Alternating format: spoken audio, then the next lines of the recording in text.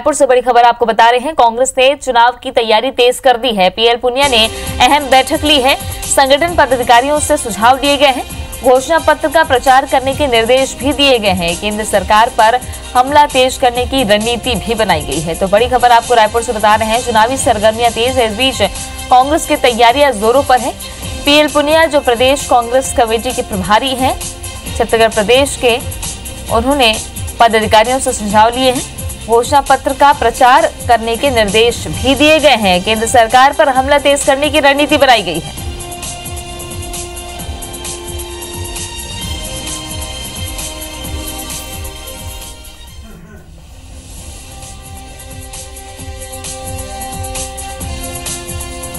तो केंद्र सरकार पर हमला तेज करने की रणनीति बन रही है। जिस तरह से छत्तीसगढ़ में मुख्यमंत्री भूपेश बघेल जो पीसीसी चीफ की जिम्मेदारी भी संभाल रहे हैं, लगातार केंद्र सरकार और नरेंद्र मोदी पर मोर्चा खोले हुए हैं। ऐसे में एक बार फिर ये सुझाव पदाधिकारियों से लिए गए। साथ ही केंद्र सरकार को घेरने की रणनीति पर चर्चा हुई है।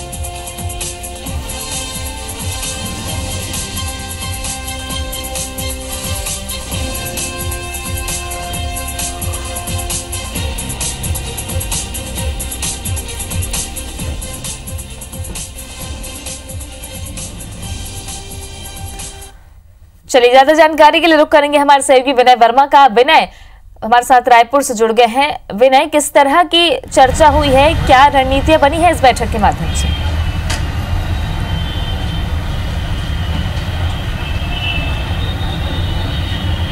देखिए तृप्ति, 3 दिन की बैठक है आज पीएल पुनिया की और ये पहला दिन था। पहला दिन के कांग्रेस भवन पे यहाँ पे पहुँचे हैं और तमाम जो कांग्रेस जन है उनसे मुलाकात की है, 1 to 1 करने की कोशिश की है। और इसमें सारा जो केंद्र है ये इस बात को लेकर के लोकसभा चुनाव में किस तरह से अधिक सीटें यहाँ पर दिलाई जा सके।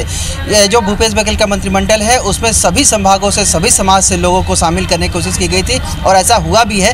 तो फोकस उसी पे है कि जो मंत्रिमंडल में जो लोग हैं, नेता हैं, मंत्री हैं, वो सभी संभागों में जाकर के अपने जो जनता विधानसभा चुनाव में उनके ऊपर जो भरोसा दिखाई है उस भरोसा का कायम रखा जाए और जाकर के वहाँ पर लोगों से मिले, क्योंकि एक बड़ा वर्ग उन सभी को साधा जा सकता है। इसके साथ साथ जो है वो जो कांग्रेस के संगठन के जो पदाधिकारी हैं उनसे मुलाकात करने को की है कि जिस तरह से मंत्रिमंडल में कोई कमियाँ तो नहीं है उसे कैसे दूर किया जाए। तो उनकी अपनी राय लेने की कोशिश की गई है। वहाँ पर सारे जो वरिष्ठ नेता है, राजेंद्र तिवारी की बात हो या गिरीश देवांगन की बात हो, इन सभी से चर्चा की गई है। इसके अलावा जो केंद्र सरकार जो है उसके ऊपर किस तरह से हमले किए जाएं, लगातार जो सेंट्रल गवर्नमेंट से जो इनके यहाँ पे जो केंद्र परिवर्तित योजनाएं हैं उन पे किस तरह से हमला बोला जाए। लोकसभा चुनाव है तो दोनों तरफ पार्टियों से हमले किए जा रहे हैं। कल जो घोषणा पत्र कांग्रेस की तरफ से आया था उस पर बीजेपी की तरफ से काफ़ी सवाल उठे हैं, किस तरह से उनका बचाव किया जाए। जो घोषणा पत्र है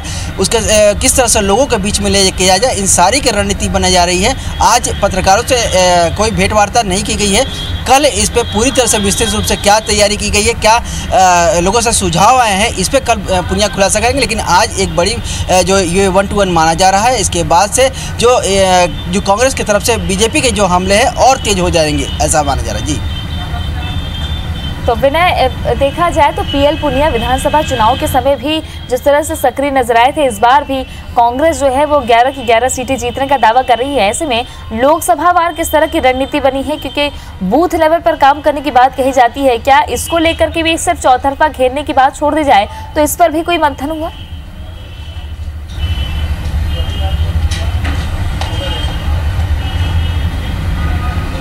देखिए विधानसभा में जिस तरह से जीत दिलाई गई थी, निश्चित तौर से उत्साह तो बहुत ज़्यादा इनका बढ़ा हुआ है। और ये माना जा रहा है कि 11 से 11 सीटें यहाँ से छत्तीसगढ़ से सीट देकर के और राहुल गांधी के झोली में डालने की पूरी तरह से तैयारी कर रहे हैं कांग्रेस जन।